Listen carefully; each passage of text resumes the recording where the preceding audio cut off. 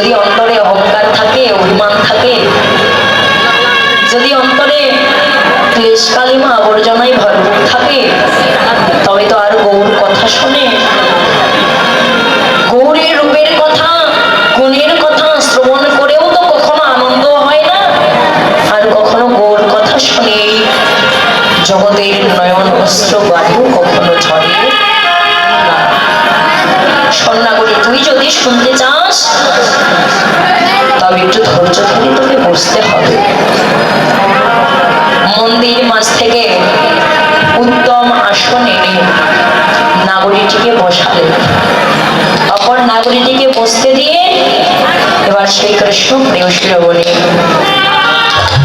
বলতে লাগলেন কৃষ্ণ রূপের কথা, গৌর রূপের কথা। সন্ন্যাগরী, গৌর রূপ দর্শন করলাম সুরধ্বনি গঙ্গার কোলে, গঙ্গা কোলে গৌর রূপ দেখে গৌর রূপের তুলনা করতে গিয়েছিলাম কার সাথে? দামিনী দাম দমন রুচি দর্শনে দূরে গিয়ে দর খোদা। কার সাথে তুলনা করলাম জানিস? তুলনা করলাম দামিনী দামের সাথে। তাহলে দামিনী দাম এই শব্দের অর্থ কি? বলেন, দামিনী শব্দের অর্থ হলো বিদ্যুৎ, আর দাম শব্দের অর্থ হলো মালা। তুলনা করলাম বিদ্যুতের মালার সাথে। গৌর রূপ দেখে, গৌর রূপের ঝলক দেখে, বিজুড়ি দেখে আমি তুলনা করেছিলাম বিদ্যুতের মালার সাথে। এই জগতে দেখবেন যখন মেঘাচ্ছন্ন দিন হয়, যখন আকাশে বিদ্যুৎ চমকায়, ওই বিদ্যুতের একটি ঝলকে দেখবেন পুরো বিশ্ব জগৎ একেবারে আলোময় হয়ে যায়, আলোকৃত হয়ে যায়। কিন্তু নাগরী, আমি একটা বিদ্যুৎ নয়, তুলনা করলাম যেন বিদ্যুতের মালার সাথে। এই নয়ন আমি যেই না গৌরের রূপে দিলাম,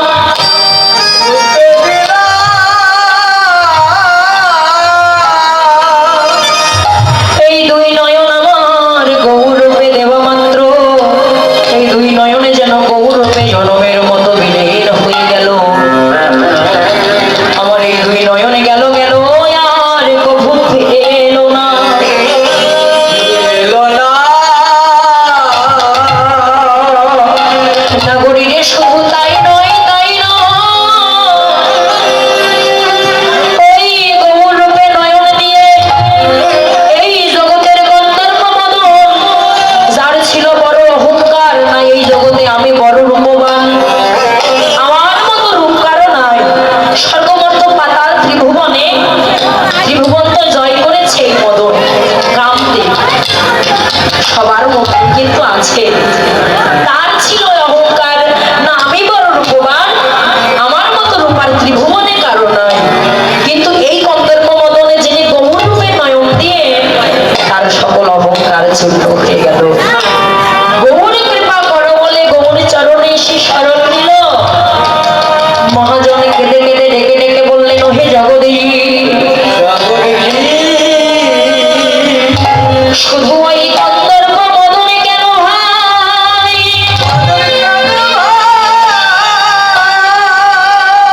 শুধু ওই মদনই তো নয়, এই জগতের কোনো ভাগ্যবান আর কোনো ভাগ্যবতী যদি একবার গুরুর কৃপা বলে হোক, তার ভজনের বলে হোক, কিংবা সাধনার বলে হোক, একবার যদি কেউ আমার গৌর রূপে নয়ন দেয়, একবার যদি কেউ আমার গৌর রূপ দর্শন, সখীরে তার তো আর মান অভিমান আমার অমিত্য বিষয় বাসনা বলিতে কিছু থাকে না।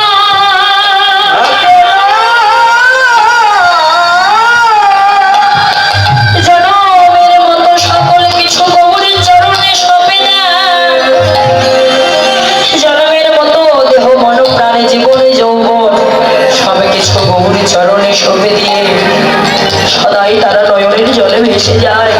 তাতে আর বলে বলো গো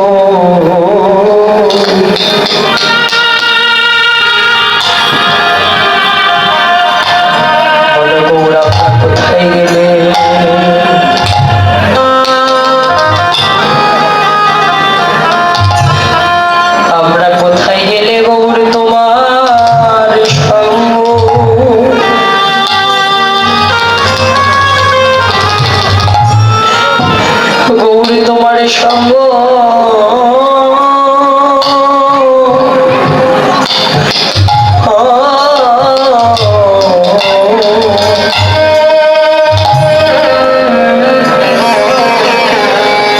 তোমার সঙ্গ পাবো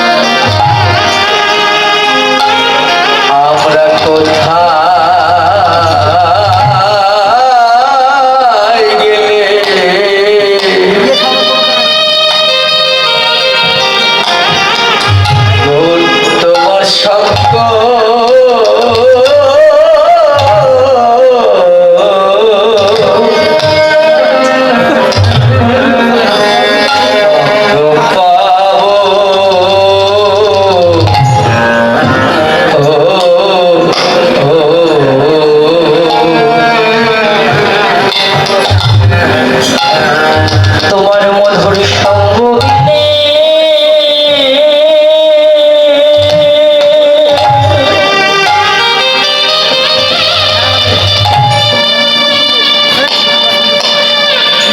গৌরী তোমার সঙ্গ ছাড়া কিছু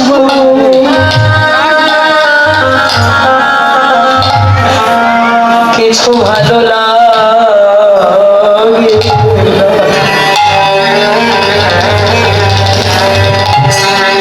বলো গৌরী কোথায় গেলে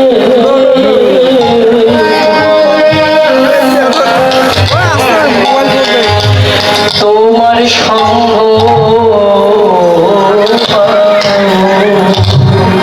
তোমার সঙ্গ বিনা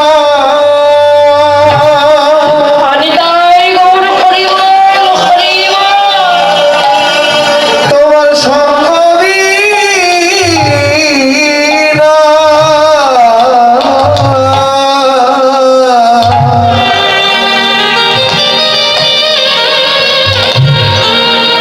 আমায় কিছু ভালো লাগে না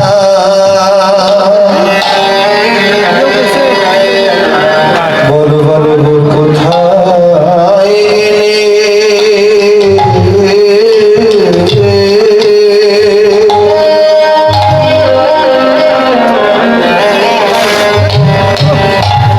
তোমার সঙ্গ পাবো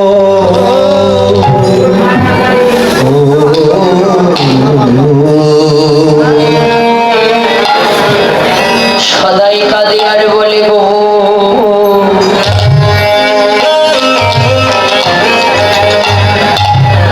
এই প্রাণে কাঁদে সদা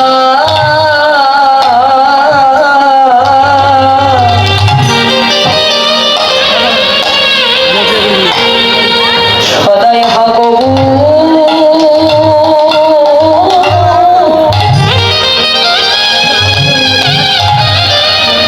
হা গৌরী বলে